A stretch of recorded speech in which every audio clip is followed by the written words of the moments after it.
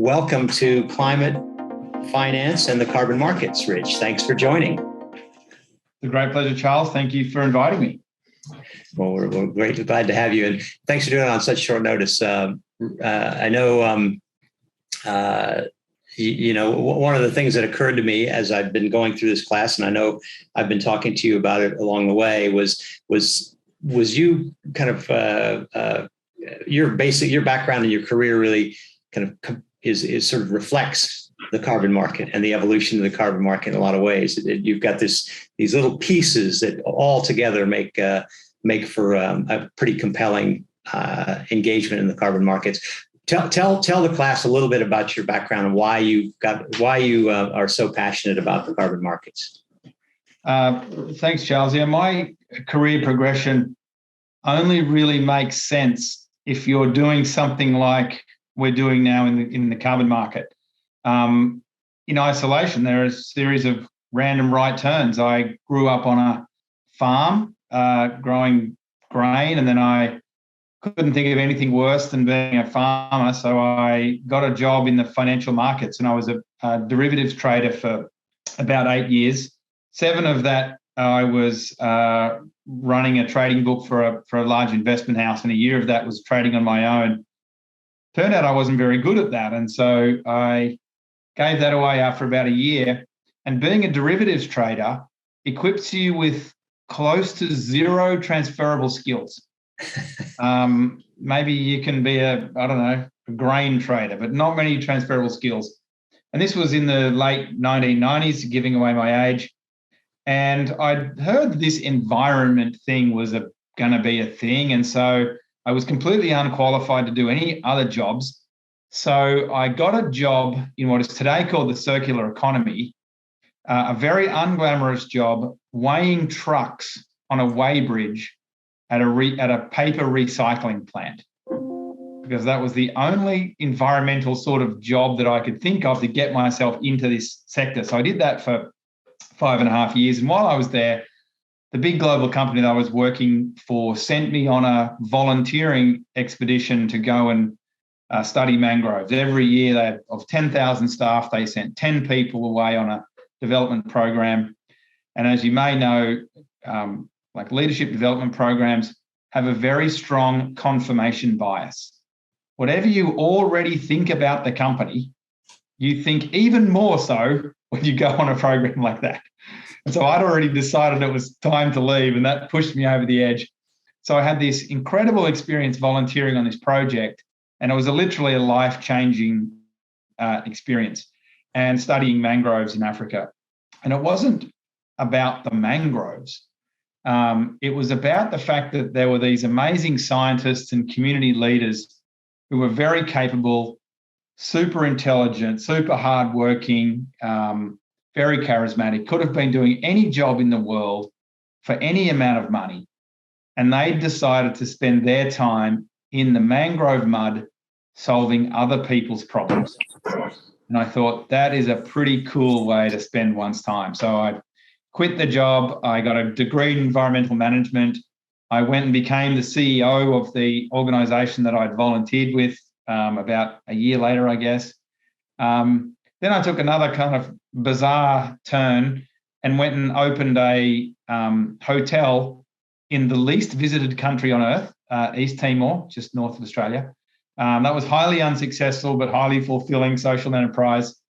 Then joined Charles at the Nature Conservancy for almost 7 years. And Charles was one of the best people that I've ever worked for, because his management style was very suited to how I like to work, which was, I trust you to do a good job. Let me know if you need any help, and just call me if the house is on fire. And so that suited me. And then I left the Nature Conservancy about 2 years ago now. And all of those different experiences of working in financial markets and working in community development in a poor country, and working in conservation and citizen science and working in the field, they're all the skills that we need to bring to the Nature Conservancy, not necessarily to the carbon market, not necessarily in one person. But I'm often asked, like, oh, I want to get into the carbon market, and what sort of jobs are there in the carbon market? And the jobs exist in the carbon market are the same that exist in any other sector, only more so. We need entrepreneurs and accountants and scientists and, field biologists and, executive assistants and, all the jobs that you can think of in other industries we need. And so it was a kind of a very bizarre sort of way to end up where we've ended up, but it makes sense in hindsight. I think it is a great story. And actually, one of the things that we've talked about this semester is the jobs. And this is a booming market, right? And we see on a daily basis across our desks sort of new jobs that are created and with really interesting titles to them and skill sets that are required.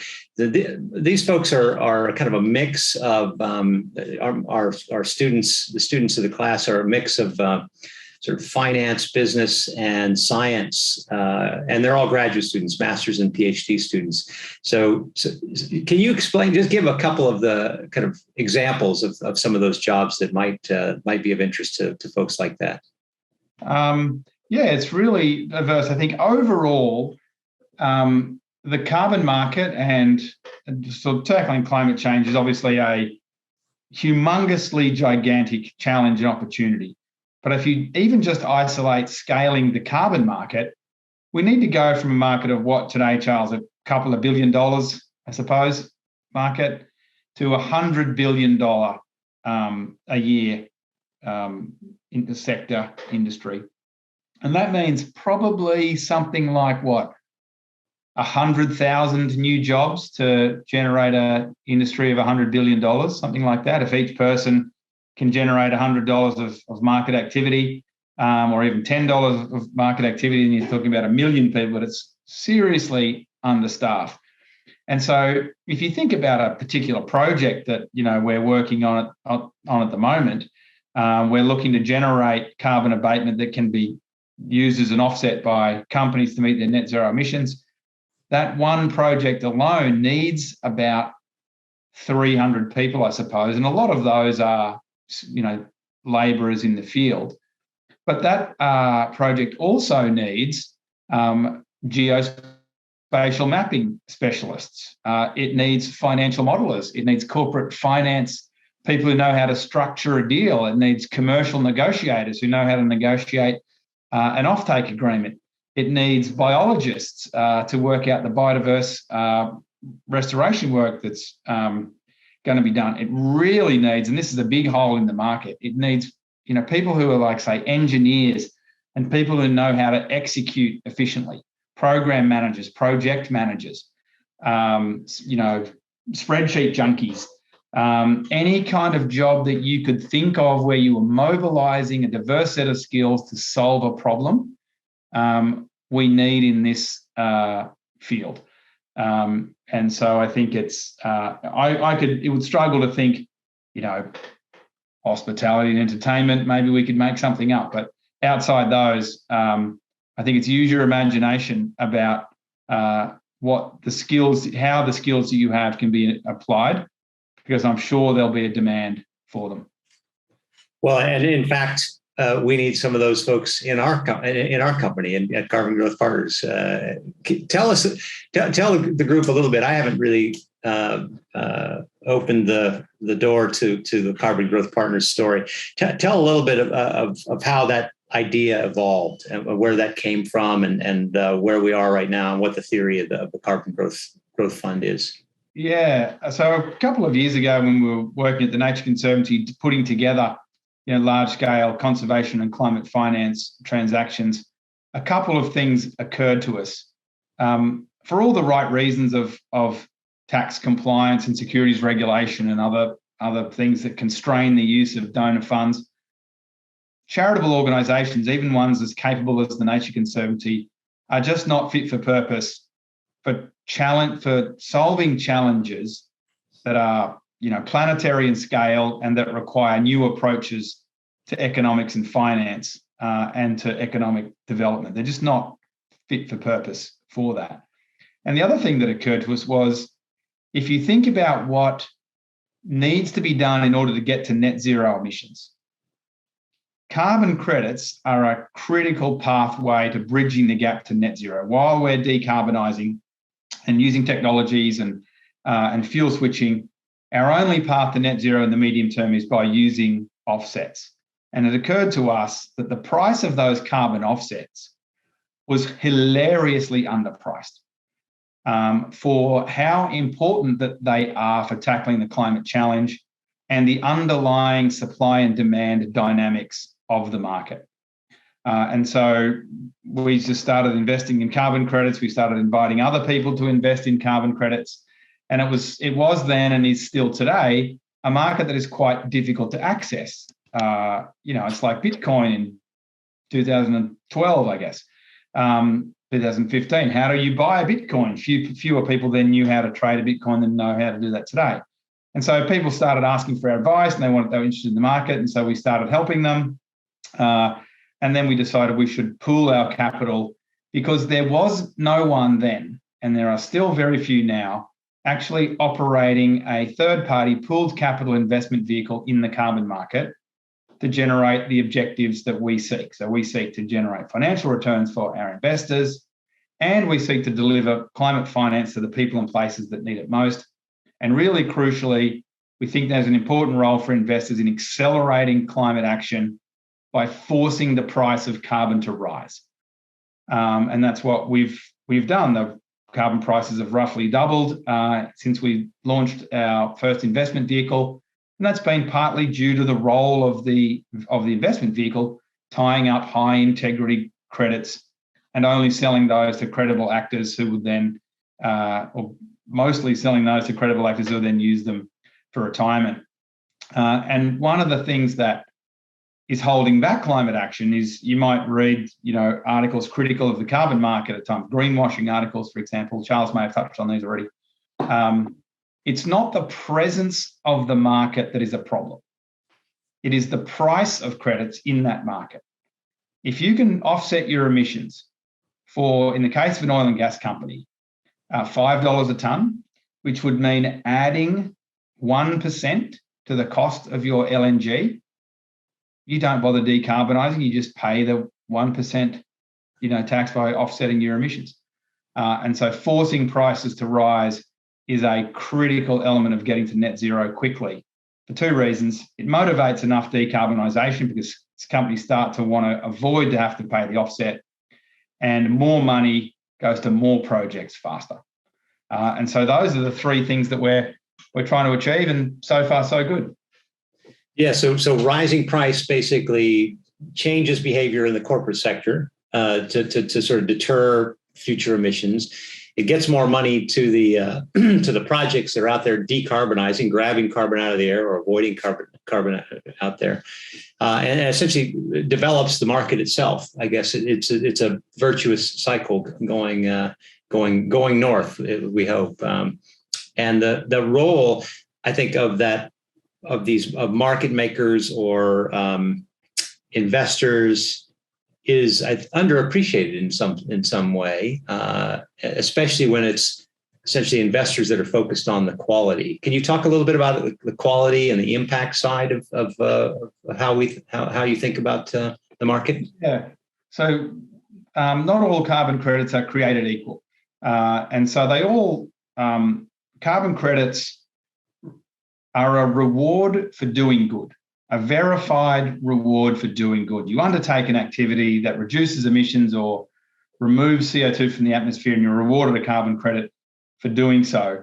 And they're all very rigorously, validated and verified before issuance. So they all have a base level of rigor attached to them, but they're not all created equal. Some deliver, better, inverted commas, climate abatement or more co-benefits. And so what do we mean by better? What do we mean by quality?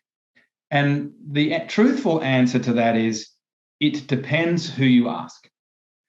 If you ask a sort of marketing or brand-driven technology company in the US, their definition of quality might be that there were lots of co-benefits. So lots of benefits to biodiversity, to wildlife, to local communities, lots of jobs created alongside the climate impacts, and things that allow that company that's offsetting their emissions to tell a story about what they did. The other definition of quality is the rigor of the project, the quality of the community engagement, the free, prior and informed consent, the additionality of the emissions reductions. And I think as an investment firm and as a cohort of just individuals, our definition of quality is much more closely aligned with the latter. When you're investing in the carbon market, you're buying a climate outcome.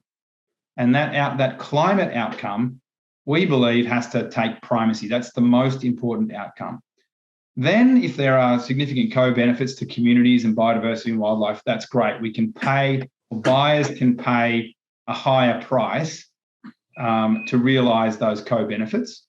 But the quality to us means how rigorous was the project and how confident are we in the enduring nature of the climate outcome that we've invested in. Gotcha. And then you kind of get to one of the aspects of the carbon market, which I find quite fascinating, which is this accountability loop and the sort of the multiple checks, the certification, the validation, the verification, the rating agencies, the due diligence.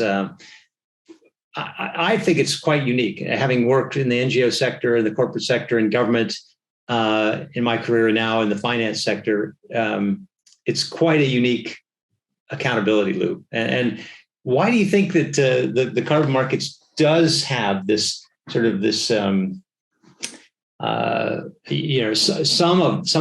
is some reputational issues around the carbon market and around carbon projects, carbon offsets. Why do you think that comes up in a sector that is, in my view, way more accountable than the corporate sector, the NGO sector, or the government sector? The carbon offset projects themselves have to be the most scrutinized sort of outcome on the planet, right? There's very little that's as quantifiable and attachable to reality in any other sector. So why do you think there is this kind of persistent noise in the system around integrity? I don't know what it is either, and I've been trying to think about this recently because there's been quite a bit of negative press around individual projects in the market and whether they've been credible. And what's frustrating about it is, by definition, the carbon market finances proven positive climate outcomes. That's its purpose. That's why it exists. And yet a lot of the noise, is around, as you said, Charles, that scrutiny. I don't know what it is, but I think it is at the moment a material impediment to the scale of the market. This idea that it's fragmented or in some way that it's greenwashing or it's not credible. And I think one of the challenges for resolving that, whatever the reason for that, I think only partly warranted scrutiny, is there's the participants in the market don't have the moral authority to defend it. Because the participants in the market are at least on the buy side, are the polluters. Mm-hmm.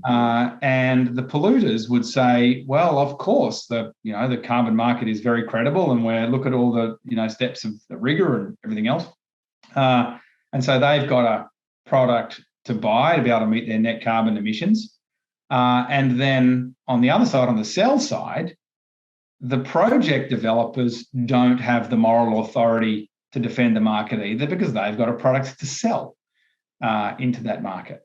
And there just hasn't been, for whatever reason, like there are in other sectors, there just hasn't been a unified, authoritative, independent voice that talks about all of the, positive attributes of the carbon market, and in particular, all of the positive outcomes that are being delivered by that carbon market. So, the thousands of jobs that are being created, the millions of hectares that are being restored and protected, the hundreds of millions of tonnes a year of climate emissions abatement that's being achieved, and and verified. These are all objectively positive outcomes for the planet. And yet we just don't have a source of truth that has the moral authority to communicate that message, I don't think. Yeah, to some extent, I guess the UN has endorsed and so said, okay, here we go. We in the class we've talked a bit about the COP and the outcomes from Glasgow and the endorsement of the market itself. But right, there's really no one out there. There's no pope of the carbon market out there saying this is the right way to go. It's essentially kind of bureaucratic UN speak that is endorsing it, and then there are certainly a few. There's certainly a few bad examples out there as well, so that never get really rebutted. But the world has decided. I mean, the world has decided that the carbon markets are an essential part of getting to net zero. In fact, it's scientifically and mathematically impossible to get to zero without them.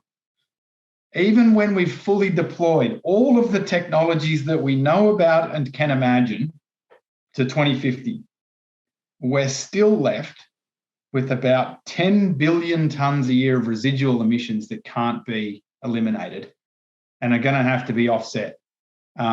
And that's from a starting point today of 50 billion tonnes a year. So we often talk about the climate change challenge in percentages. So Australia's target for 2030 under the Paris Agreement is 26% by 2030.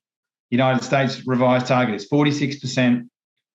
But I think it's more instructive to think about it in absolutes. From today, getting to net zero emissions means reducing emissions by 50,000 million tonnes a year, every year forever. And the carbon market and all of the abatement activities that from every project globally last year generated 300 million. And the need is 50 billion.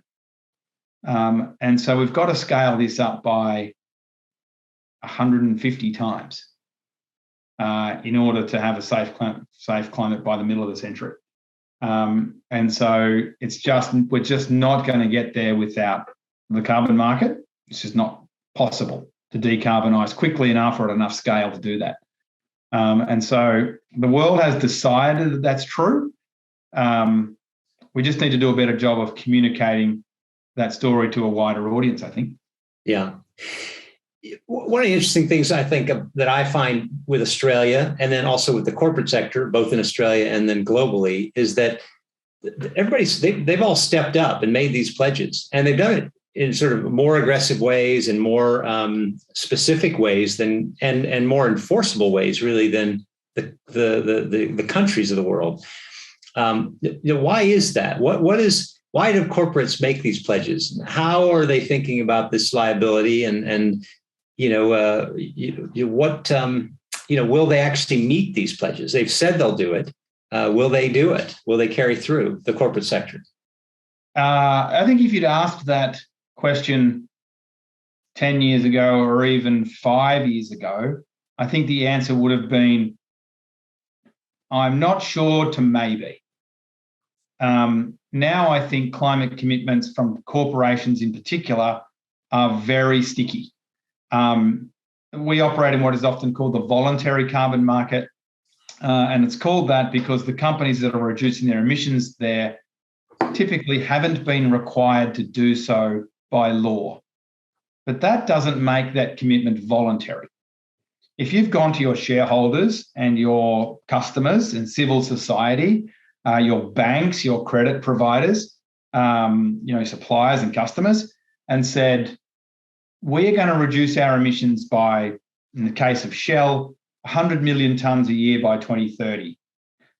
That ceases to be a voluntary commitment. That's now a mandatory commitment, even if you weren't compelled to make that commitment by law. And so those commitments are very sticky, is at least our thesis. And so why have they been made? Well, they've been made from stakeholder pressure, if not from regulatory pressure. But I think one of the things that's misunderstood is how badly companies crave certainty. in the absence of no market or no compulsion or no regulation, they don't know what to do. And so they're deciding what to do themselves. Or to put it another way, rather than just letting something happen to them, they're making something happen. And that is giving their investors and their shareholders certainty. Companies don't mind regulation. They don't mind new taxes. As long as they're applied fairly and applied to their competitors, companies embrace the certainty that those guidelines and regulations and laws and taxes provide. And that's been absent in the market. And so the companies, as I said, haven't wanted to just let something happen to them, so they're making it happen.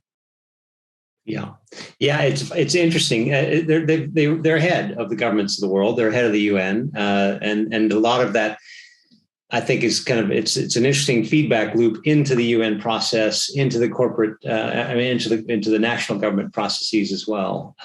Sort of people looking, the people in companies looking for certainty, looking for clarity about what their liabilities are going to be going forward, and essentially saying, all right, let's just figure this out. We know we've got to do this. We know we've got to decarbonize our own work. We've got to decarbonize our supply chain and our indirect emissions. So let's just get started on it. So it's quite an interesting thing to see that sort of leadership itself.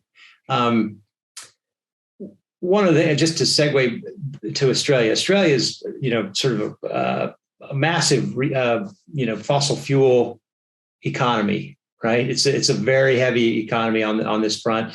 But yet the corporate sector in Australia has been a big leader on these issues. We just saw a video at the beginning of the class around that Macquarie and Sequest, which is part Australian company, the two of them big leaders on this issue. A number of the banks in Australia, even some of the big resource companies, the mining companies are leaders on the sustainability and the climate front. Why is that? What's the deal with Australia? Tell us a little bit about what's the culture is there. As a starting point, I think Australia has one of the dumbest climate policies that the world could possibly come up with. I mean, rather than just pricing carbon and collecting those carbon taxes from polluting companies, we're using taxpayers' money to buy carbon offsets to reduce the emissions, Australia's emissions and the emissions of our polluting countries. I mean, it's completely backwards. And what that risks doing for companies that operate in Australia, all the companies that make the biggest contributions to GDP are price takers for global commodities. And their trading partners are increasingly interested in what those both countries from that they're importing materials from, whether it's agricultural commodities or energy or materials, iron ore or minerals, increasingly concerned with what those countries are doing and what companies within those countries are doing, within Australia are doing.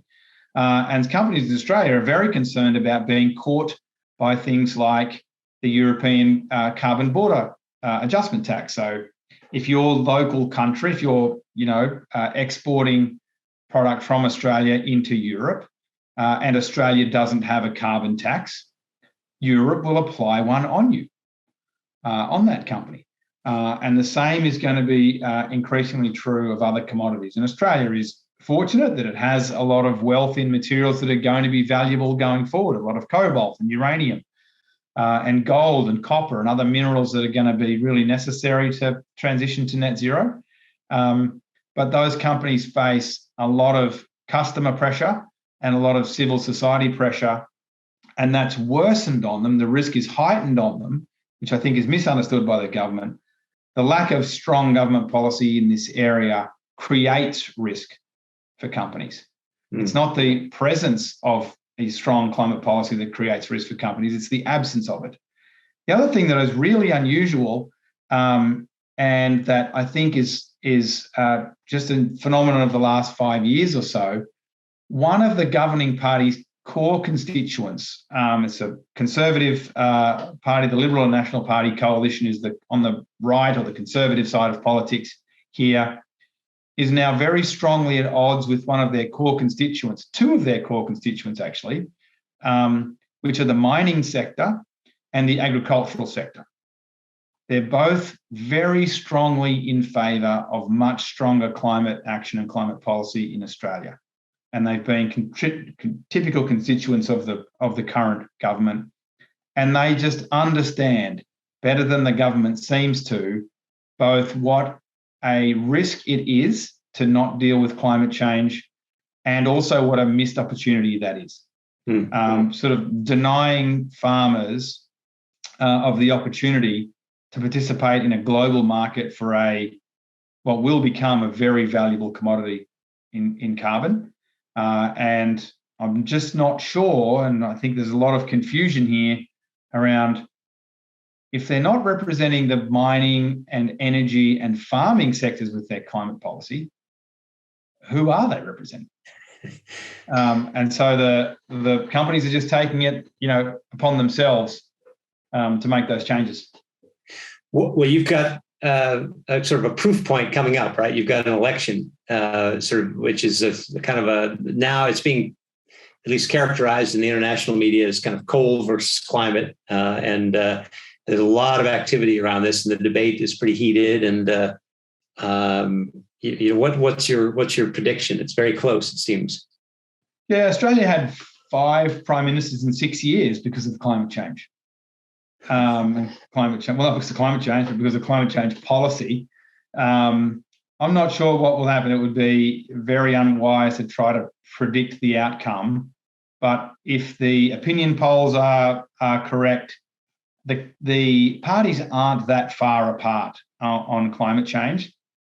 Neither party will admit that there will have to be losers. The jobs will have to be lost in coal mining. And in coal-fired power generation, just people are going to lose their jobs. And neither party is willing to concede that point and say, this is what we're going to do about it. They both say, well, yes, we need to move away from fossil fuel generation over the next sort of 40 years, but, we don't want to disrupt the economy to do so. If the polls are right and the Labor Party, so the more progressive party, I guess, is elected, at least in our market, I think it will be significantly bullish for the price of carbon credits and the value of the carbon market, because companies that need to offset their emissions in Australia will be doing so against a 46% target instead of a 26% target. And that will make a very significant difference to corporate demand, and we're actually starting to see a bit of that priced in now. Interesting. So I want to shift gears a bit because I've got a couple of specific questions I wanted to get your thoughts on.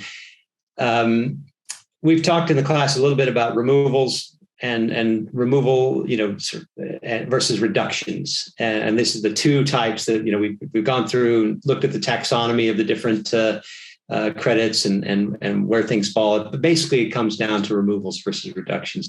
What's your view? There seems to be, evolving or emerging preference for removals. And sort of that seems to be reflected in the market as well as sort of at least rhetoric. Where do you think that is going, and how do you think about that from a transition? The transition away from fossil fuels and transition into the renewables. How would you talk about those? You're right about the very strong and emerging preference for removals, but the climate change challenge is so mind-bogglingly gigantic. I think people forget that we have to do every solution everywhere all at once. And yes, there is a really important role for removals, and I understand the logic. You put a ton up, you take a ton out, if that's how to get to net zero.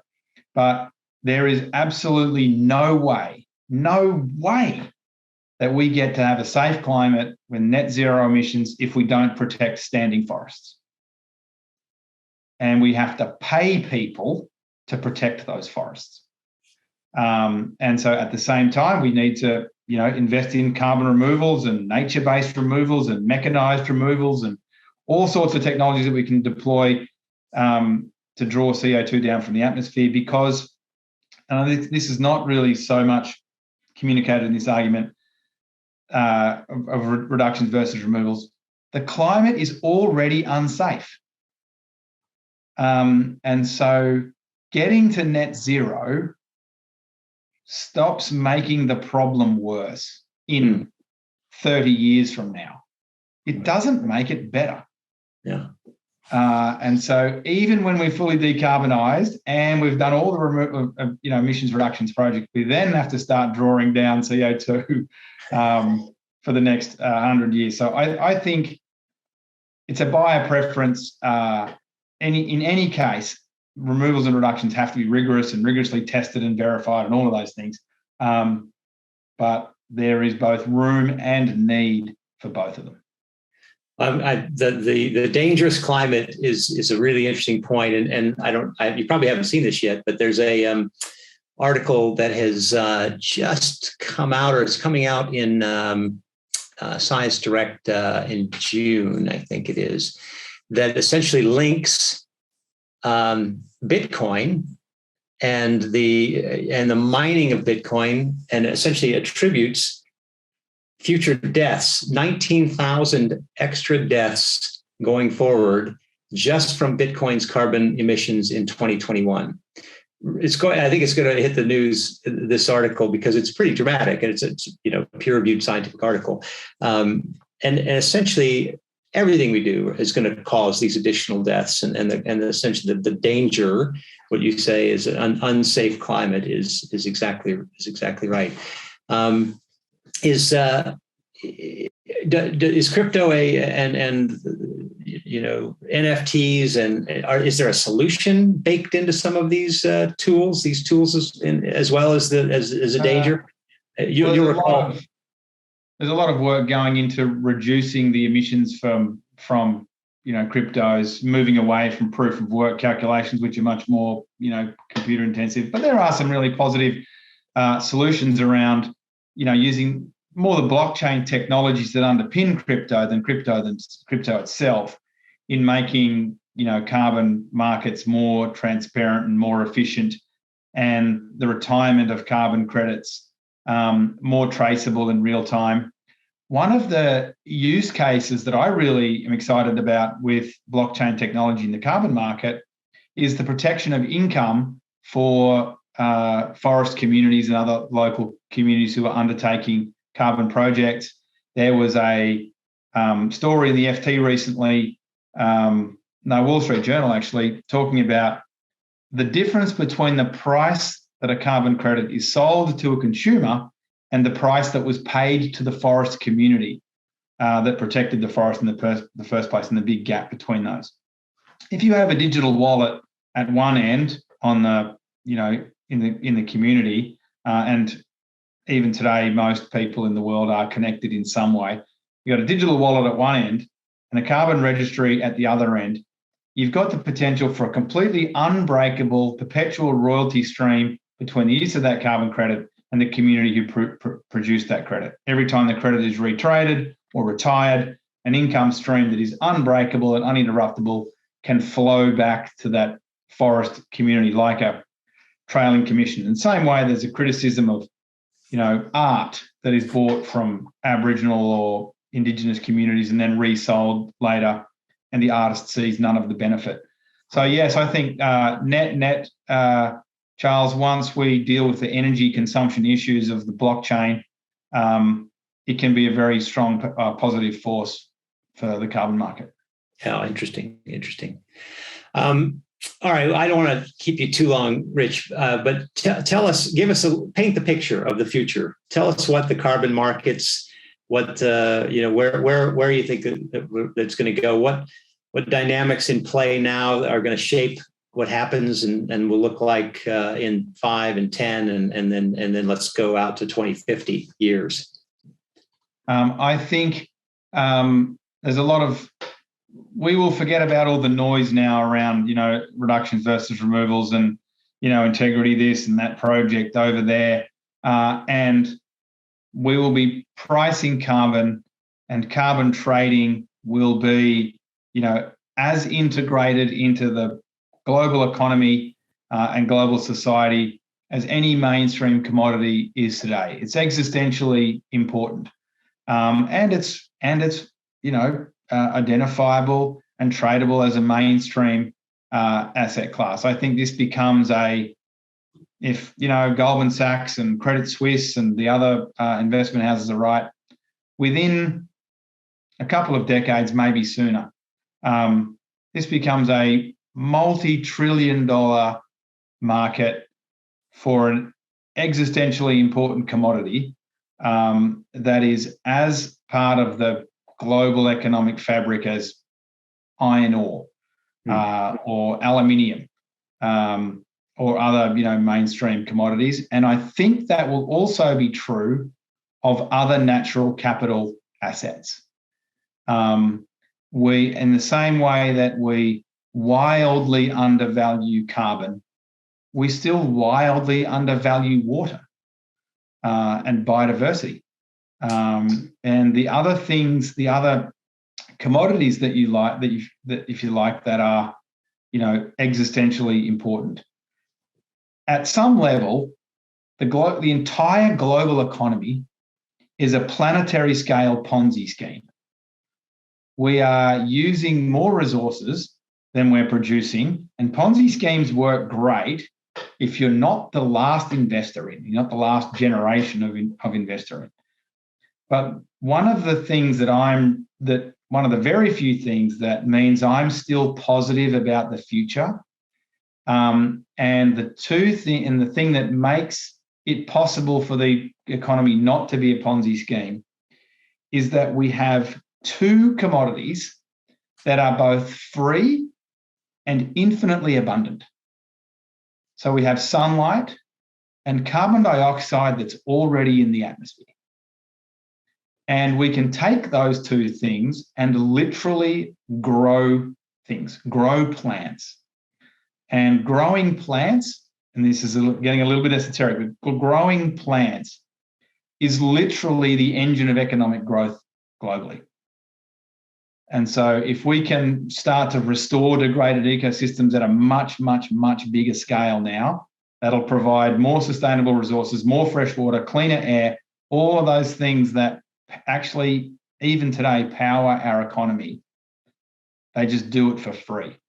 And so if we can mobilize enough capital to convert the global economy from being a destructive force to a constructive force, then I'm very positive about what's possible. All right. It's a big job to rewire the global economy that way, but I think if you align the incentives and align the markets in the right way, there is, I think, a fair bit of hope around this, and I think you've expressed it really well.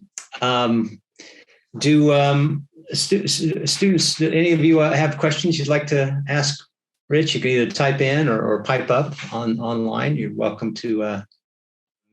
Thanks, Rich, for spending the time with us tonight. Super helpful, and as always, cogent and provocative. So thank you very much for your time. We appreciate it. My great pleasure, Charles. All right. Cheers. Thanks so much. Thanks, everybody. See ya. Bye.